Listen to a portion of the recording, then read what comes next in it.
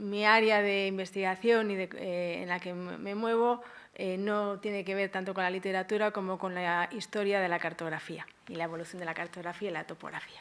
¿Vale? Y os agradezco mucho que me hayáis invitado a estas jornadas. Muchas gracias a ti por haber venido. Bien, entonces mi charla va a ser algo distinta a las que hemos visto hasta ahora, porque no está relacionada realmente con la literatura, sino más bien con la representación de las montañas en la cartografía. Tenemos aquí un mapa, que yo creo que estaremos todos de acuerdo, que es un mapa muy bonito, de la zona del Matterhorn, del Cervino, en el que se nos muestra una imagen muy buena de las formas del relieve, de sus crestas, sus laderas, los glaciares que hay alrededor de él, y además que nos permite obtener la posición de cualquier punto sobre ese mapa, sobre esa hoja de papel, y relacionarla con su posición en la Tierra, y además nos permite obtener la altura de cualquier punto sobre el nivel del mar. Con lo cual, en esta sola imagen tenemos un montón de información. La pregunta de hoy es, ¿y cómo hemos llegado a poder hacer esto? ¿Cómo hemos podido llegar a desarrollar el conocimiento para esto? Bien, pues hay dos factores fundamentales para eso. Primero, la necesidad. Si no hay necesidad, no se investiga, no se mueve uno para descubrir eso. Y lo segundo es el desarrollo de la ciencia o el avance del conocimiento y la transferencia de ese conocimiento. Con respecto a la necesidad del hombre, existen múltiples factores que pueden hacer necesario para el hombre conocer cómo es la montaña y cuál es su forma, su altura, por dónde puede acceder a ella. Pueden ser motivos mitológicos, porque en todas las religiones hay montañas sagradas. Pueden ser de otro índole más práctico o incluso con fines deportivos, de ocio o de reto personal. En lo que se refiere a esos fines más prácticos, podemos hablar de, por ejemplo, los motivos de explotación de los recursos naturales de esas montañas. El hombre accede para conseguir leña a la montaña, pero accede también para conseguir minerales, metales, que después utilizará en sus ajuares y en su instrumental. Y además que comercializará con ellos. Entonces, para eso necesitan conocer la montaña. Y además la montaña se convierte en un elemento fundamental en su cultura y en su medio de vida. Dos ejemplos que avalan esto los tenemos en estas dos imágenes que presento aquí. La primera de ellas, la de más arriba, es una representación del volcán Hasandak en Turquía, cerca del poblado de Çatalhöyük, que se encuentra fechado entre el Neolítico y el Calcolítico, y es el volcán al que accedían los habitantes de ese poblado para obtener la piedra para realizar todo su instrumental, tal como lo han demostrado los hallazgos arqueológicos. El segundo es un mapa hecho sobre papiro, es un mapa egipcio de 1150 a.C., en el que aparecen representadas las montañas como si estuviesen tumbadas encima del papiro, y además aparecen dibujados todos los recorridos entre esas montañas. El objetivo de este papiro es representar la situación y la ruta de acceso a las minas de plata y de oro en estos otros dos casos, tal como lo indica la rotulación del mapa, que aquí no podemos leer, claro, porque no está en castellano, ¿no? Son dos pruebas de que la explotación de la montaña es importante para el hombre desde muy antiguo. Otro objetivo por el que el hombre necesita conocer la montaña es para poder ubicarse él, para poder ubicar regiones, para poder ubicar valles, fronteras, límites municipales o propiedades simplemente. Pero para todo eso necesita poder ubicar las montañas. ¿Dos ejemplos? Pues tenemos aquí dos. Uno muy antiguo, que es esta tablilla de arcilla de la época babilónica, en la que aparece representado el valle del Éufrates, con el río en el centro. Está muy deteriorada y por eso igual no se aprecia muy bien, pero aquí se ven las líneas que indican la corriente del agua, y después está flanqueado por las 2 cadenas montañosas que delimitarían lo que es el valle. Esa cadena montañosa está dibujada con unos pequeños simbolitos de montaña que, al ir enlazados unos con otros, da la sensación de la cadena montañosa. Y este otro de aquí nos pilla más cerca. Este es un mapa de finales del siglo XVII, de finales del siglo XVIII, en el que se aparece representada la zona de montaña del municipio de Ubarrundia, y es un mapa hecho para delimitar el término municipal y de así dejar claro a quién pertenece esa parte del monte. Pero no deja de ser otra forma de representar la montaña. Otro motivo puede ser para poder transitar. Cuando nosotros construimos una ruta o transitamos por ella, necesitamos conocer cómo es el terreno. Y cuando transitamos por ella necesitamos tener elementos de referencia para orientarnos en el terreno. Y en muchas ocasiones esos elementos de referencia, uno de los elementos principales son las montañas, es el más evidente. Por eso, desde muy antiguo han existido lo que se conocen como los itinerarios, lo que serían los actuales mapas de carreteras. El itinerario más antiguo que se conoce es de época romana, y el que aquí les presento hoy es un trocito de un detalle de un mapa itinerario hecho por los franceses en 1808, en el momento de la ocupación, en los primeros momentos de la ocupación, y es un mapa de itinerarios en el que se recogen todos los caminos de postas en Álava. Y entonces, bueno, pues el objetivo de eso es conocer el camino por el que podían andar con carros y trasladar todo el equipamiento militar. Pero, como veis, aparecen representadas todas las montañas con detalle para que la persona que va recorriendo ese camino pueda ir tomando referencias con respecto al terreno. Y otro objetivo por el que es interesante representar las montañas son los objetivos militares, con fines de estrategia. Por ejemplo, bueno, a partir del siglo XVIII los ejércitos consiguen tener un armamento mucho más ligero, y eso permite que durante la batalla, durante los enfrentamientos, se pueda hacer más movimientos de tropas en el campo de batalla. ¿Eso qué supone? Supone que necesitan conocer perfectamente cómo es el terreno para poderse mover y planificar su estrategia previamente. Y dentro de esa estrategia, un elemento fundamental, tal como está recogido en muchos manuales de la época, manuales militares de la época, un elemento fundamental son las montañas. Primero, porque sirven para controlar el terreno. Segundo, porque sirven para que, en caso de necesidad, poder atrincherarse en ellas.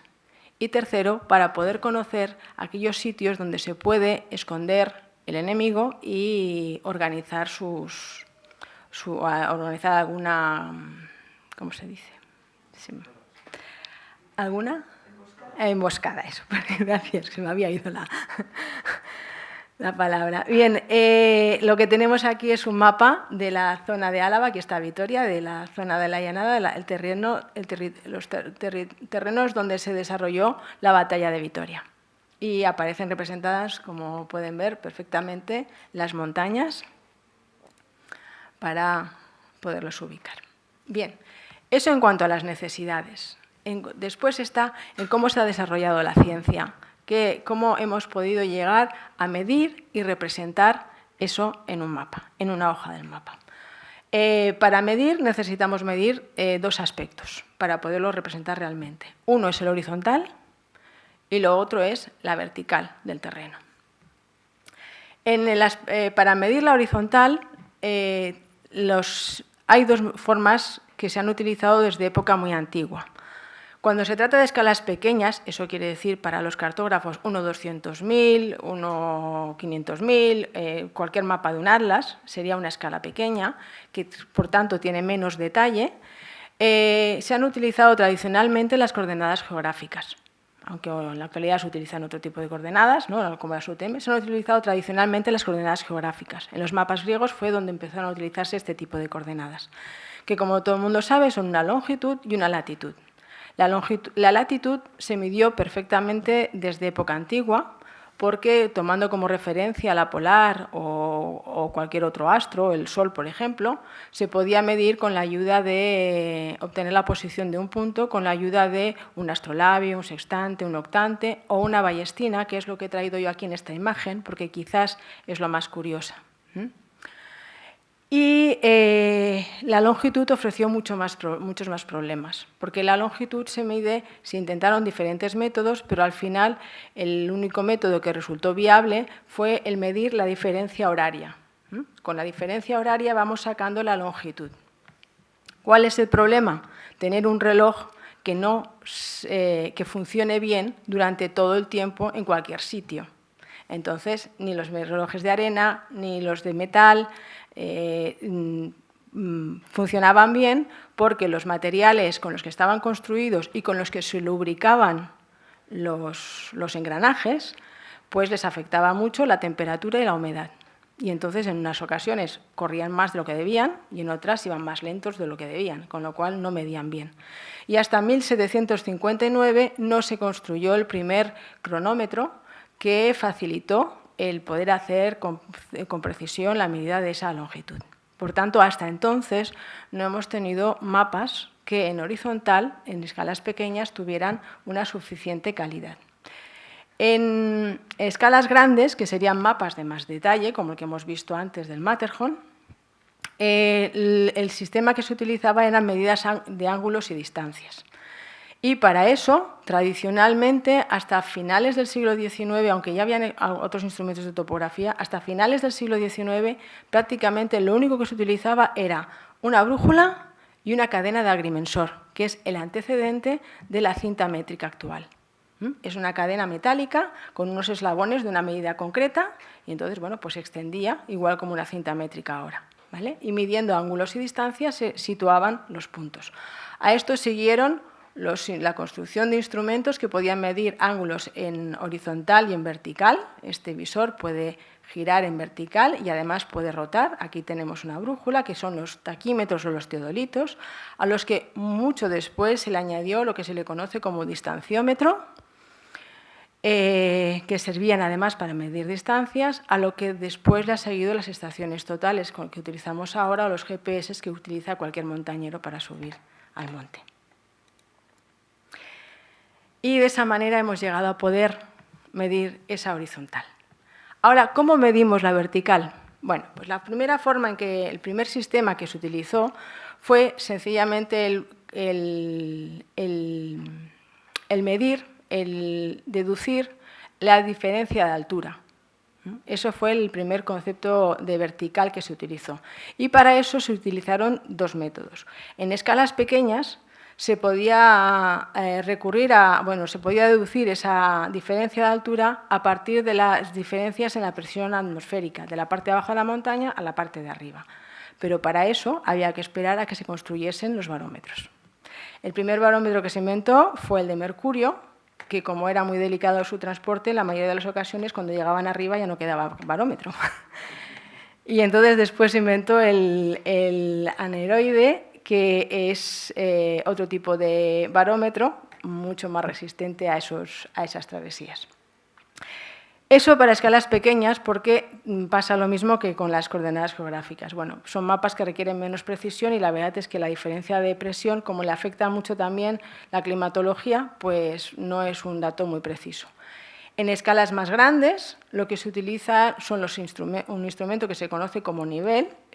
Este no es como el que hemos visto antes, que podía el visor girar en vertical, sino que solamente gira en horizontal.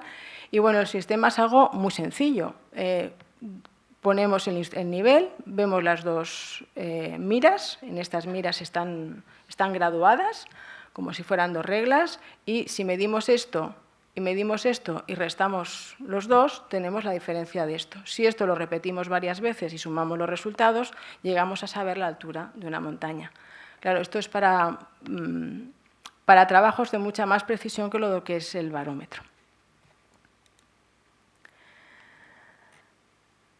Después de eso, a finales del siglo XIX, en una convención internacional de geómetras, se estableció el elegir un punto concreto para la altimetría en cada país. Y surgió la altimetría como la entendemos ahora, que es sobre el nivel del mar, que en nuestro caso es sobre un punto en Alicante. Bien, y ya hemos visto cómo hemos podido llegar a medir las montañas, ahora vamos a ver cómo las podemos representar, porque ese es otro problema.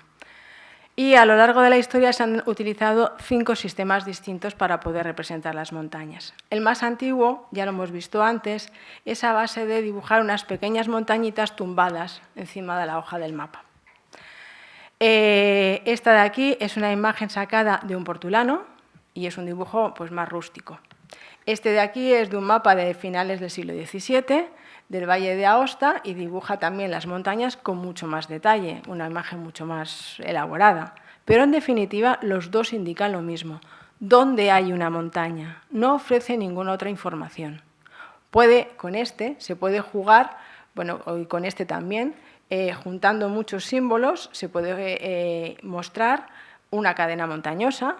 Haciéndolo más grande o más pequeño, se puede decir cuál es la montaña más grande o más pequeña, pero simplemente eso. En el siglo XVIII empezó a representarse el relieve de una forma distinta. Hasta ahora era así. A partir de ese momento empezó a representarse como lo hacemos hoy en día, vista verticalmente, desde arriba, para poder ver todo el terreno con sus formas. Y se desarrollaron varios métodos. Uno de ellos fue el de normales. Este método se basa en la indicación de la pendiente mediante una serie de líneas normales. Una línea normal es la línea de máxima pendiente en el terreno.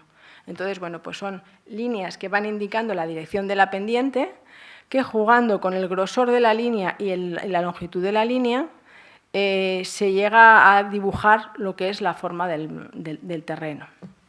Y bueno, aquí tenemos un ejemplo de un mapa de una escala pequeña y aquí tenemos un detalle de un mapa de Álava de la representación del Gorbea. Esta sería la cima del Gorbea, estos serían las líneas que yo digo que se denominan normales. En las zonas más pendientes, como las líneas son más gruesas y más cortas, da una sensación de sombreado, produce una sensación de sombreado que sugiere las formas del relieve, ¿vale? Y en las zonas más llanas, según el terreno es menos pendiente, pues esas líneas son más estrechas y más largas, y aquí más estrechas todavía y más largas. De esa manera, bueno, pues vemos cómo va cambiando la pendiente según vamos recorriendo el terreno. Lógicamente, como pueden ver, en un mapa, si buscamos un detalle, el efecto igual no es tan bueno como si es un mapa general, ¿vale? Este sistema lo desarrollaron los militares porque un militar austriaco, porque el objetivo era poder calcular cuál era la pendiente para poder calcular la trayectoria de los cañones. Otro método más utilizado en la cartografía civil de esa época es el de las curvas de configuración. En este sistema lo que se pretende es dar una imagen de los volúmenes del terreno, pero no se pretende nada más, no se pretende dar ninguna información sobre la altimetría y demás. Pero el efecto que se consigue es bastante bueno, porque se consigue un efecto también de sombreado.